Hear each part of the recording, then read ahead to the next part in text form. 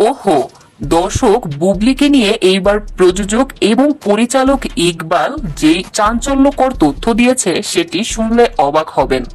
এমন অনেকবার শোনা গিয়েছে যে বুবলির আগে বিয়ে হয়েছিল এবং সেইখানে একটা মেয়েও আছে।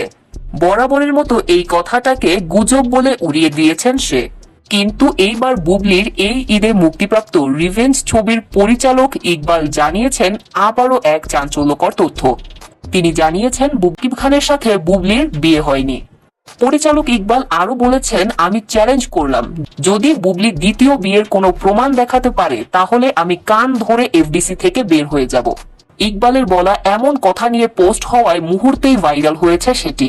কমেন্ট বক্সে অনেকে লিখছেন বুবলি আপনি কোথায়, এসে দেখিয়ে দেন যে এই কথা মিথ্যে। আবার অনেকেই মজা করে লিখছেন তাহলে বীরের বাবা মায়ের বিয়ে হয়নি। অনেকেই আবার প্রযোজক ইকবালের কথা সঠিক বলে দাবি করেছেন। তারা বলছেন কথা মিথ্যে হলে হয়তো তিনি এত জোর দিয়ে বলতো না। দর্শক, আপনার কি কথাটা সত্য মনে হয় না পুরোপুরি মিথ্যা মনে হয়?